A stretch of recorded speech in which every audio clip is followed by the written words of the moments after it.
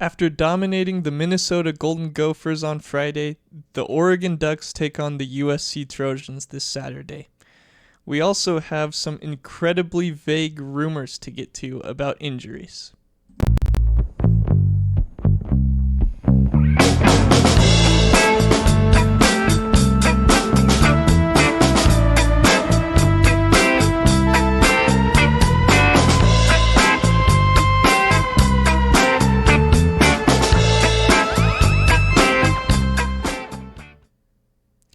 What's up, everybody? Welcome back to another episode of the Soder Report. My name is Kyle Soder. I'm the host here. I cover mostly Oregon Duck stuff lately, and then I've also done a little bit of San Francisco 49ers and San Francisco Giants stuff. But it's most of the attention has been on the Oregon Ducks as of late, and rightfully so, since they're in the middle of a great season. There are some rumors that I'm going to get to about the health of Evan Stewart, the health of Dorian Moore, and then we're going to get into and preview the USC Trojans coming up. But first, make sure to hit that like and subscribe. It helps me out so much. Thank you very much. So, there are rumors circling the internet about the health of wide receiver Evan Stewart. Now, I want to start with the facts. Let's just put the facts together first, and then we can put in some of these rumors in between where they might lie, logically. So, Evan Stewart, I did a podcast about this way back in the summertime, right after he tore his patellar tendon. And I practically had a funeral for him on that podcast because recovering from a patellar tendon is not an easy thing to do. In my opinion, it's worse than an ACL, and it might even be worse than an Achilles tear. That's how bad it is. I give a popular example I give is Drake Jackson, former USC Trojan, second-round pick to the San Francisco 49ers, tore his patellar tendon 3 years ago, and he has yet to play. He just has yet to play. So I think that a patellar tendon injury is the most difficult to come back from. I thought for sure he was just done for the year as soon as I heard that news. There were rumors that he would come back this season. I didn't necessarily believe him, but we got an update in October saying that there was a very good chance he would be back in the month of November.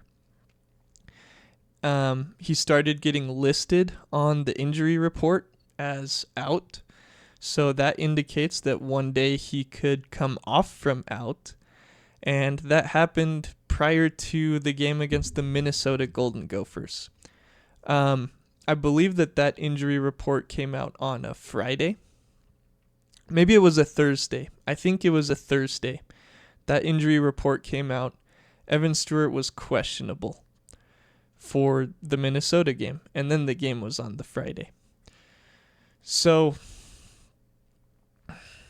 this week, he was ruled out for the Friday game, but you would assume that this week he would take a step forward and maybe get some action in that game against USC. But we have some rumors that he is not expected to play against USC. Now again, I want to reiterate that these are just rumors. Last week there were a bunch of rumors that he would play against Minnesota, and those did not come to pass. So no one's exactly sure. Coach Dan Lanning and the Oregon staff have not made the padded portion of practice available to the media, so no one can go in and see who's participating and who's not in those practices. We have to rely on Dan Lanning, who is, as we all know, is just gives an overwhelming amount of information, just gives so much detail in his injury reports, right? And of course, I'm being facetious. He just commented yesterday saying that he's not going to talk about injuries at all.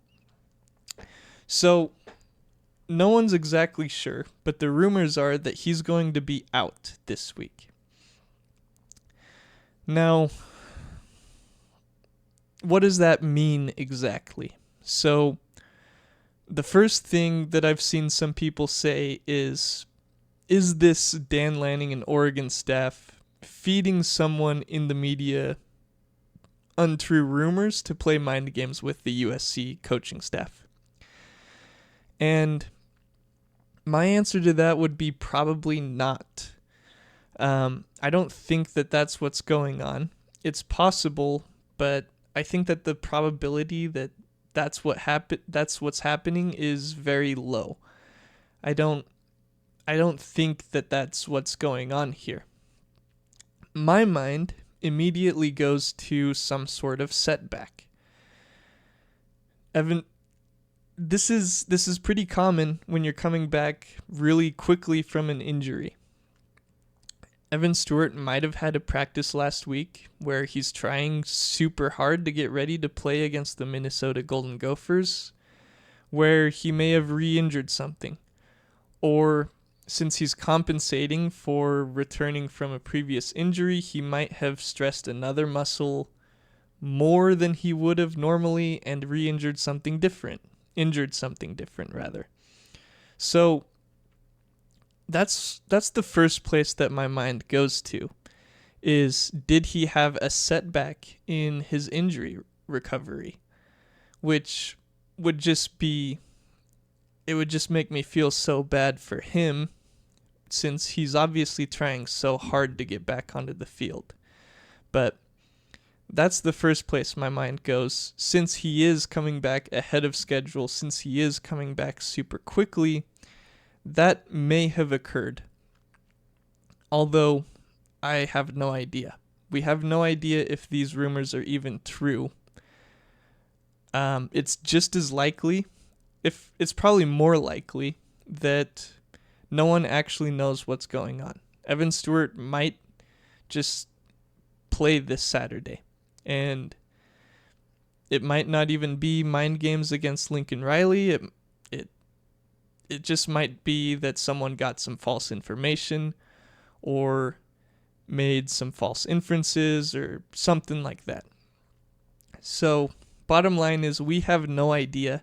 I just really, really hope that he did not suffer a setback in a practice where he was trying really hard to get back as soon as possible. Now, going forward, what does this mean for Oregon football? I talked after the Iowa game that I thought that Minnesota was the perfect time for Evan Stewart to get back, because you wouldn't have needed him to be Superman in that game against the Minnesota Golden Gophers. Obviously, we saw he didn't even play, and they completely dominated that game. The offense did whatever they wanted to the defense besides convert a hook and ladder 3rd and 18. But they did whatever they wanted without him. If they could have gotten him in for 10, 15 snaps, 20 snaps, I thought that would have been perfect. Just to get him a little bit of game action, get him a couple catches, get him a little more action against USC, start easing him in. Maybe he plays half the snaps. Maybe against Washington he plays 3/4 of the snaps, gets a couple weeks off, and he's ready to go. He's 100% going into the playoffs, and he's caught up in the offense. I thought that was the best case scenario. If things went perfectly, that's what would have happened in my opinion. But obviously that didn't happen, and his status is very much up in the air against USC. If he does not get back by the time they play Washington, don't expect him to be a big factor in the playoffs. it's not a fair expectation to him to just come back in a playoff game and play his very best football. That's not fair to Evan Stewart, and it's just not going to happen. But the sooner that he comes back, the better. Obviously. So those are my thoughts on Evan Stewart. Return to play, I can't stress this enough. Return to play is not the same as return to performance.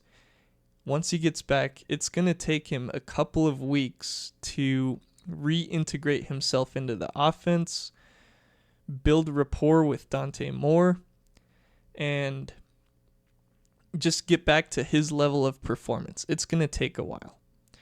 The other component of this that we need to think about is if he doesn't get back the entire year, it's not a given that he redshirts this offseason and then comes back to Oregon next year. There's a scenario where another receiver, such as a Jeremiah McClellan, sort of comes into his own in these next few games and separates himself from the rest of the wide receiver room. And Evan Stewart's looking at the wide receiver room saying, okay, Dakorien Moore is the wide receiver 1. Jeremiah McClellan, or name whoever, I'm just saying Jeremiah McClellan, name whatever 2 wide receivers, but he could say, if I come back next year, there's a chance that I'm wide receiver 3 in this offense. I would rather go over here to fill in the blank and be their wide receiver 1. So it's equally important to get him back this year so that you can win football games at the end of the season and in the playoffs, as it is to get him back this year so that he stays as a part of the offense and can reintegrate himself going into 2026 to be the wide receiver 1. So those are my thoughts on Evan Stewart. Bottom line is no one actually knows what's going on for this week, apart from Dan Lanning and Oregon staff. And I think it's just as important that he gets back so that you can win games this year, and as it is to get him back so that he stays with the program next year. So that brings us to Dakorien Moore.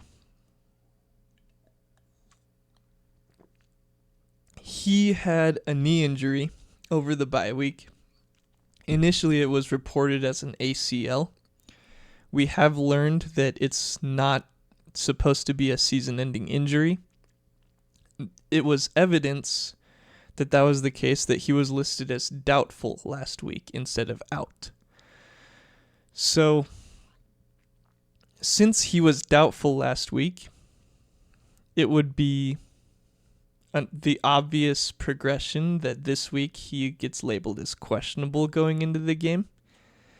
And depending on how he feels Saturday, he might be able to go for limited snaps, or he might have to sit this one out. So that's what I'm hoping to see this week, is that Dakorien Moore progresses from a doubtful to a true questionable, at least. It is worth mentioning that there were pictures of him last week practicing in pads at Thursday's practice. So he was not just in sweats and a sweatshirt in a meeting room taking notes all week because he was rehabbing. He was in pads, he was on the practice field, and we don't know, again, how many of those drills he was participating in. We don't know if he was limited or a full participant because college reporting on injuries just isn't the greatest. But we know that at least he was in pads practicing with the team instead of in the training room getting some rehab. So hopefully he's at least questionable going into this game against USC, and hopefully he's just good to go. No injury designation by the time Washington comes around. So let me know what you think about Evan Stewart and Dakorien Moore, what their statuses are. What have you heard? Because I want to hear every single rumor that's come around. I've found very limited rumors, but if you guys have heard something else, please feel free to throw it down in the comment section, and I can talk about it on a later show.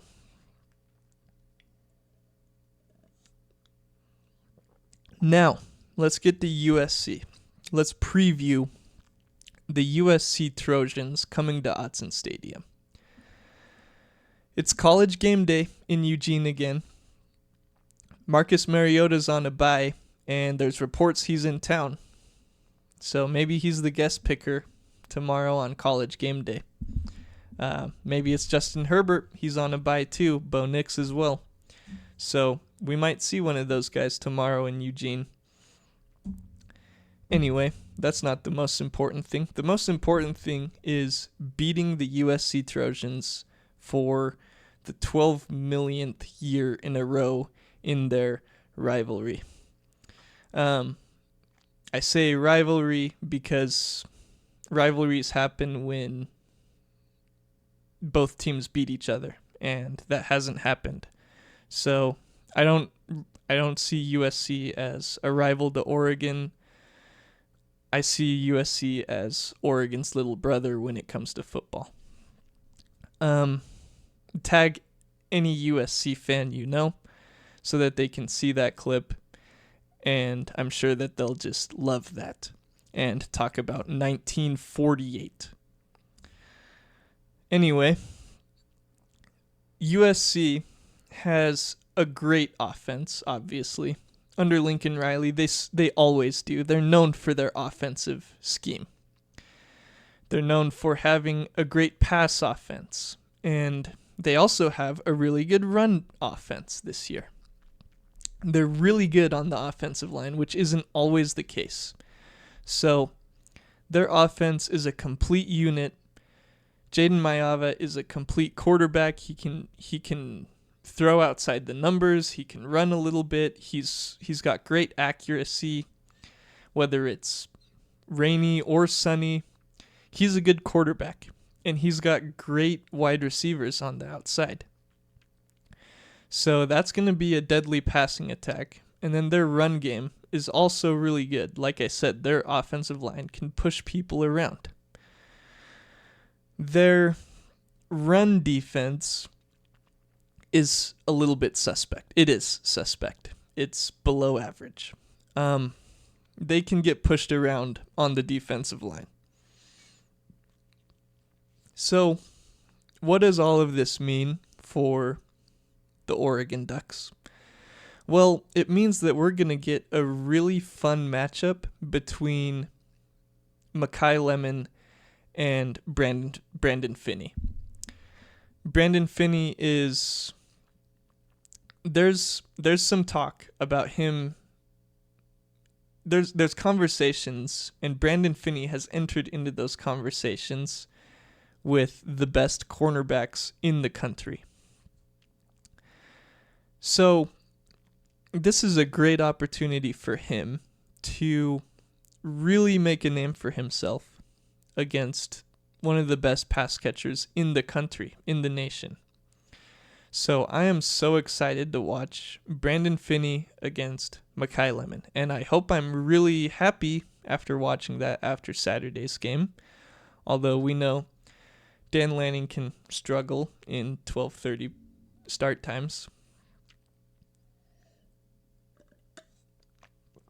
As a college football fan, that's going to be a fun matchup to watch. And hopefully it's a fun matchup as an Oregon fan.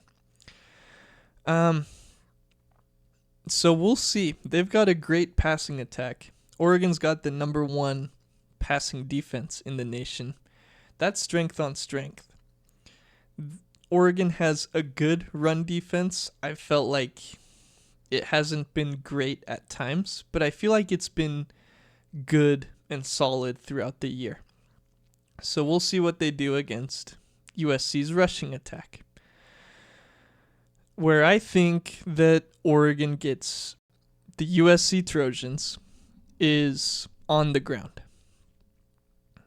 I think that the trio of Noah Whittington, Jordan Davison, and Dyer Hill are going to do whatever they want against USC on Saturday.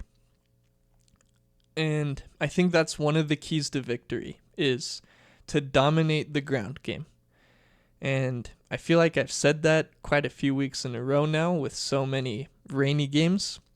But I think that's the case here. That's the big mismatch in the game.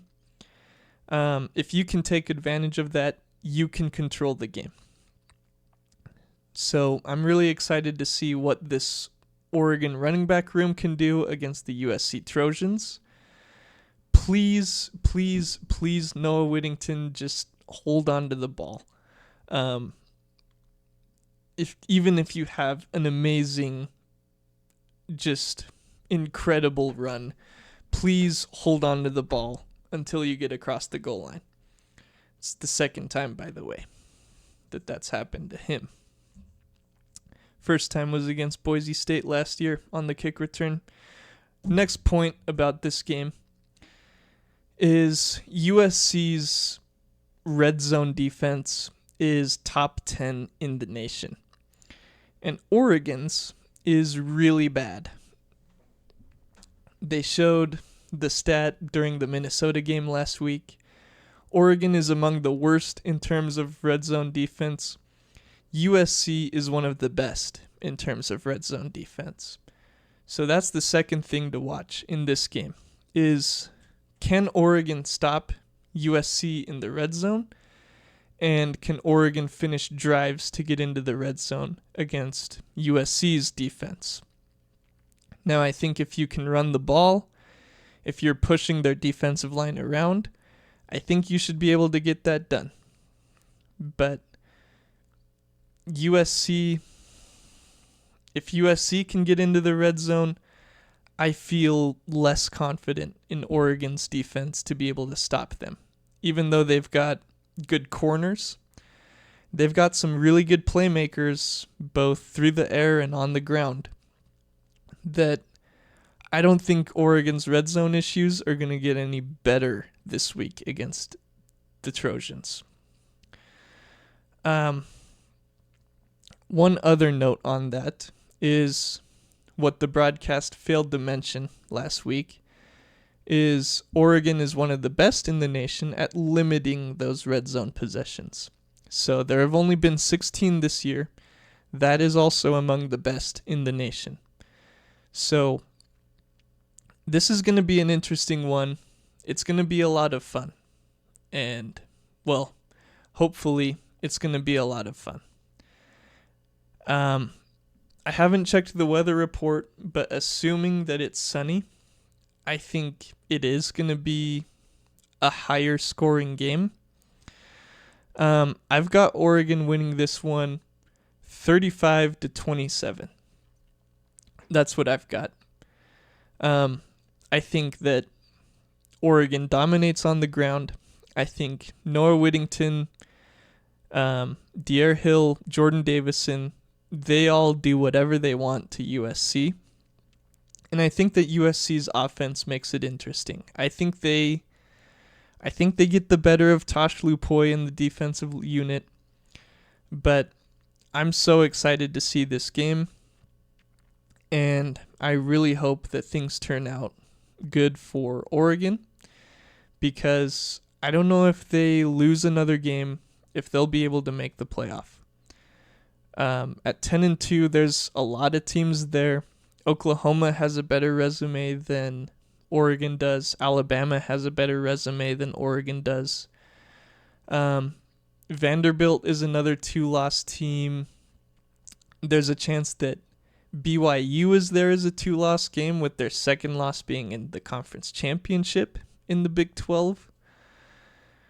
there's going to be just a jumble of 2 lost teams right in between the 10 to 16 mark. And I don't know, since the college football playoff committee doesn't view the Penn State win as a top 3 win, it leaves Oregon's resume pretty bare. So they have to get this done, and I think they have to go 11-1 in order to make the college football playoff. So there's 2 more games to be able to get that done. I think they get it done, and I think they finish top 6 in the nation. That would give them a pretty good draw in the college football playoff. So please, again, like this video, comment down below what you think, what your thoughts are, and please subscribe to the channel. Thank you all very much. I hope you all have a great day, and I hope that Oregon dominates the Trojans on Saturday. Thank you all. Have a good day.